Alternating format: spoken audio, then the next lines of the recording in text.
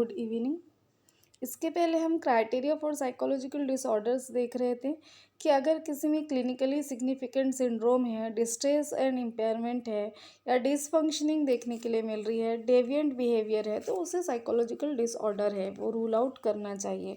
अब हम देखते हैं मेंटल वेलनेस। तो मेंटल वेलनेस क्या है? Basically performance of psychological functions. Psychological functioning properly हो रहे हैं या नहीं हो रहा है।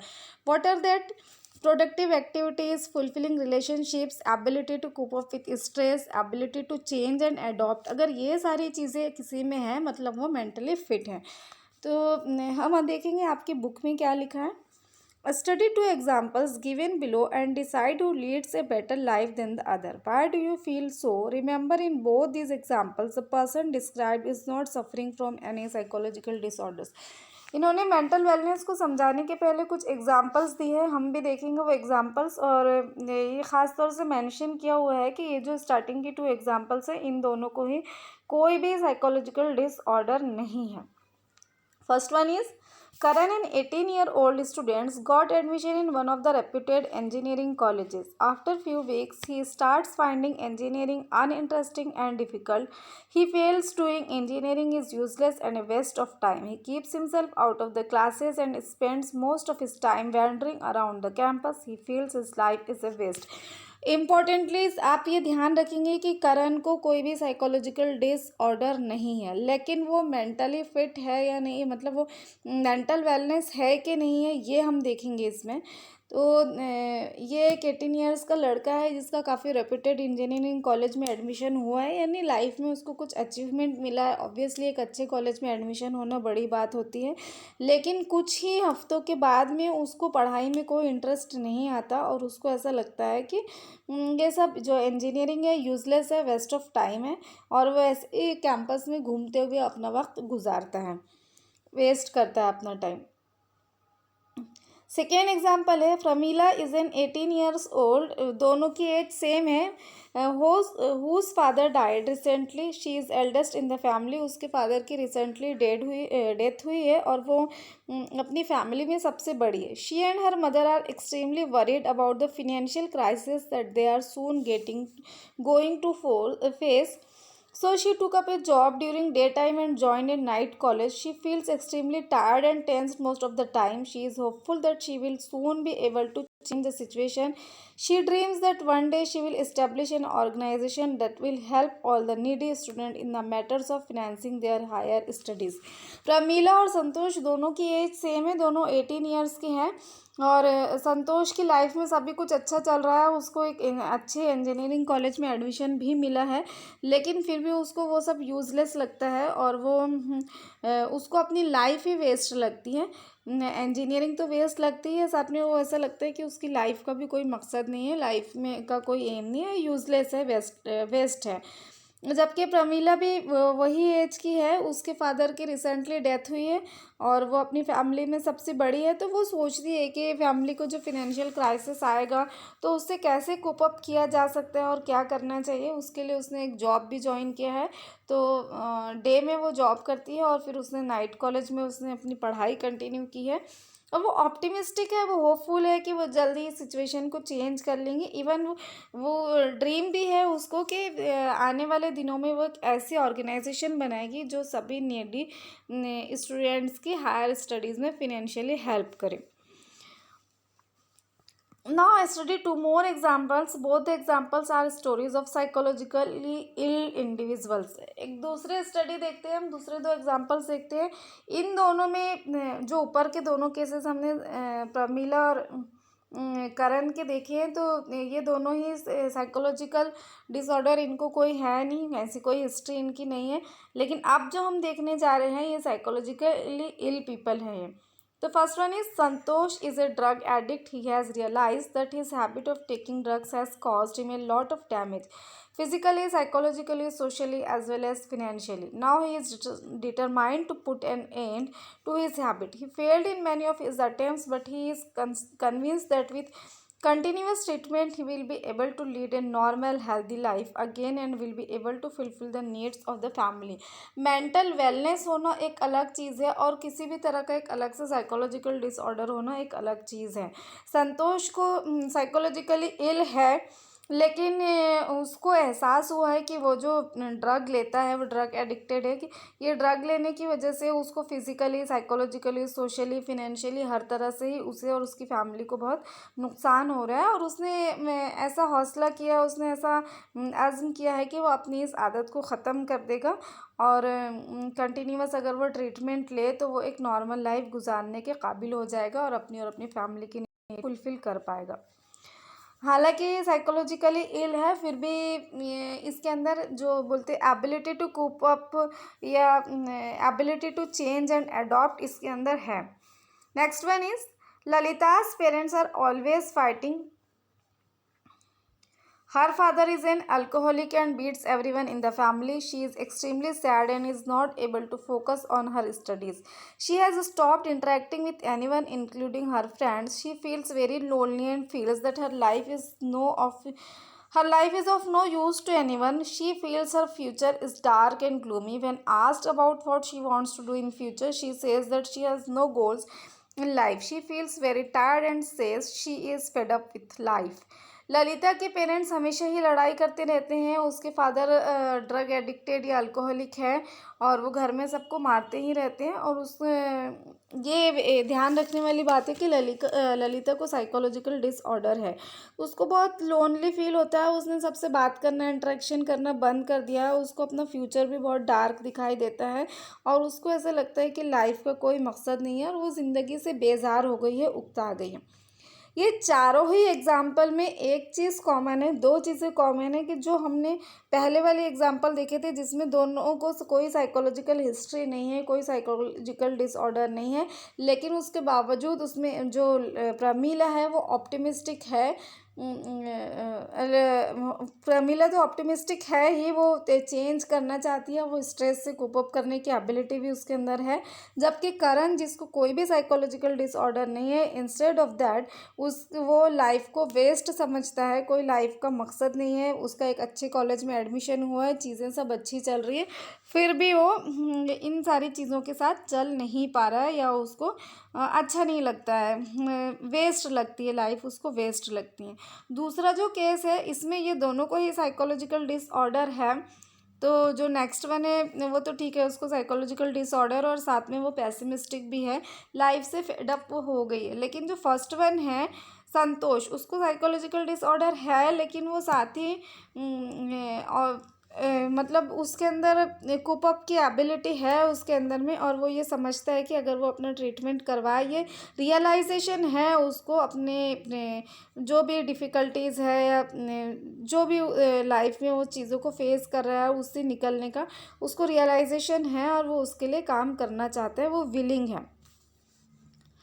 देखते हैं बुक में क्या लिखा है। In the first two examples you can see that in spite of having many difficulties Pramila appears to be functioning better as compare to Karan who is well placed and has fewer problems.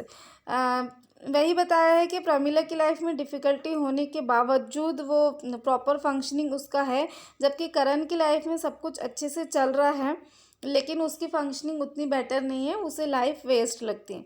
Similarly in latter two examples दो both of them are suffering from psychological disorders, दोनों जो next two examples है संतोष और ललिता की, हालांकि वो दोनों psychological disorder से सफरिंग कर रहे हैं, साइकोलॉजिकल डिसऑर्डर है उन्हें, लेकिन we find Santosh to be doing better than Lalita, कि संतोष ललिता से बेहतर परफॉर्म कर रहा है। This is because mental health और मेंटल वेलनेस। ये क्यों हो रहा है?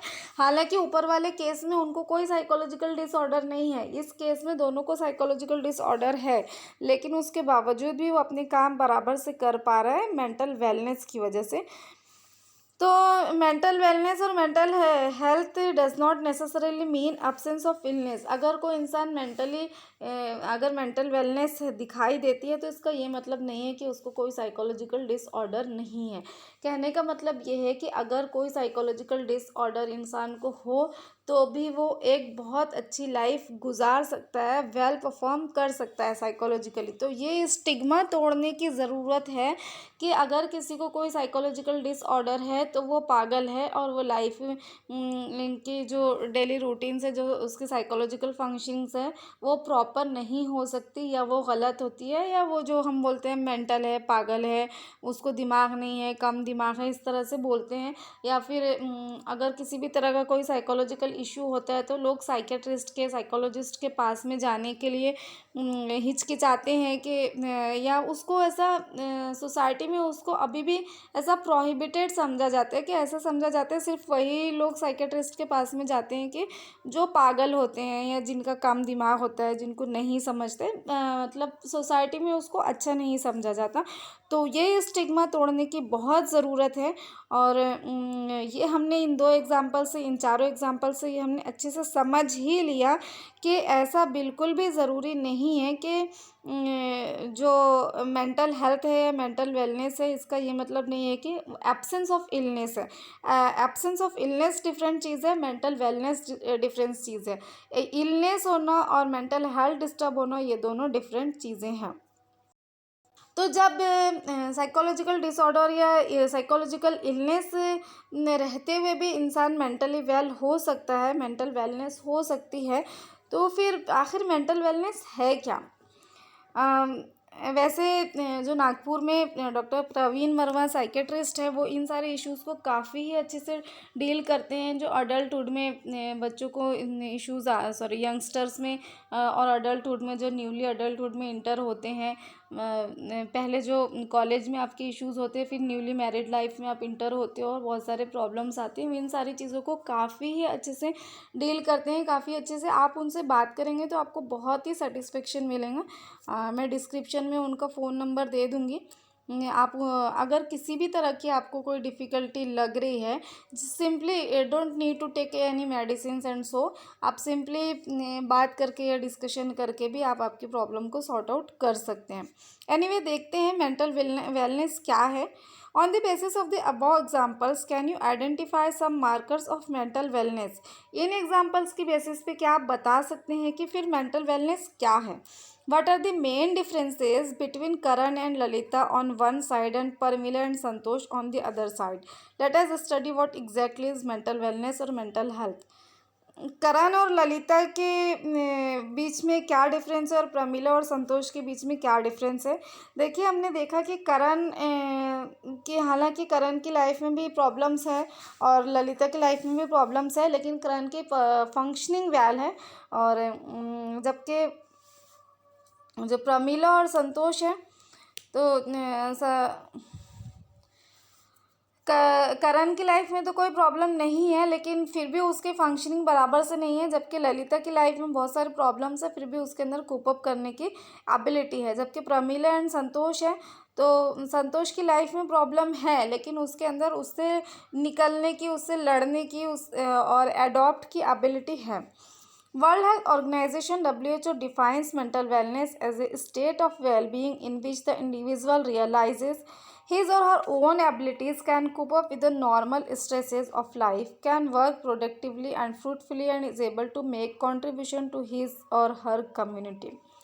तो वर्ल्ड हेल्थ ऑर्गेनाइजेशन ने मेंटल वेलनेस को इस तरह से डिफाइन किया है कि a state of well being in which, एक ऐसी स्टेट, एक आपके अच्छे होने की एक ऐसी स्टेट जिसमें कोई भी इंडिविजुअल खुद की एबिलिटी को रियलाइज़ करे, किसी भी नॉर्मल स्ट्रेस से कूप अप करने की, लाइफ के में जो स्ट्रेसेस आते हैं उससे कूप अप करने की उसके अंदर एबिलिटी हो, प्रोडक्टिवली फ्रूटफुली काम करे, और सोसाइटी के लिए उसका कोई कंट्रीब्यूशन हो, मतलब वो मेंटली वेल है वो बंदा।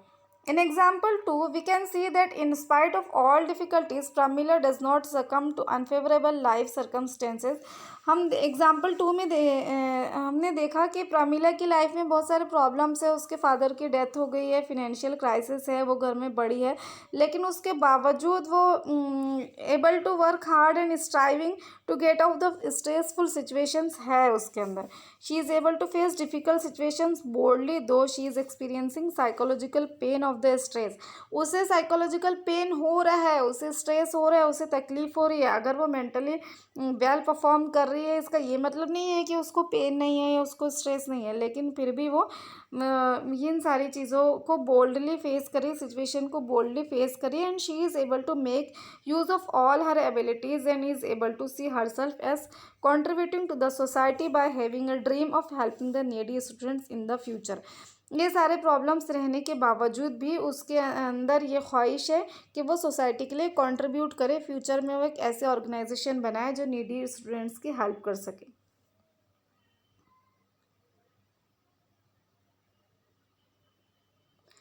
In contrast to this example 1, we find that Karan, in spite of having successfully gained admission in a reputed engineering college, is considered himself as well as his achievement as useless। जबकि जो पहली example है, करण का एक अच्छे engineering college में admission हुआ है और एक अचीवमेंट ही है, सारी चीज़ें अच्छी चल रही है, लेकिन उसके बावजूद उसको अपना अचीवमेंट भी और वो खुद भी यूजलेस लगते हैं। He is not making the best of his abilities and she is no goal for his life. उसके अंदर एबिलिटी है, तब तो वो एक अच्छी इंजीनियरिंग कॉलेज में एडमिशन ले पाया है, लेकिन ना तो वो अपनी एबिलिटी को देख पा रहा है, समझ पा रहा है, ना अपनी एबिलिटीज़ का बेस्ट वो दे पा रहा है, ना ही उसकी लाइफ का कोई गोल है। Similarly, in example 4, we find Lalita succumb to the adverse life situation and find herself lonely. She finds her life aimless without goals and sees no future. She has no energy and is not making good use of her abilities। तो जबकि जो next last example है ललिता, उसकी life में adverse situation है, बहुत सारी problem है और वो खुद को अकेला फील करती है। वो अपनी लाइफ का कोई मकसद ढूंढ नहीं पाई है, अपनी एबिलिटी को नहीं देख पा रही है, अपने फ्यूचर को नहीं देख पा रही है, मतलब वो मेंटली अनफिट है। तो इस बेसिस पर मेंटल वेलनेस के क्या क्या एस्पेक्ट है, ये हम नेक्स्ट वीडियो में देखेंगे इंशाल्लाह। Have a good day.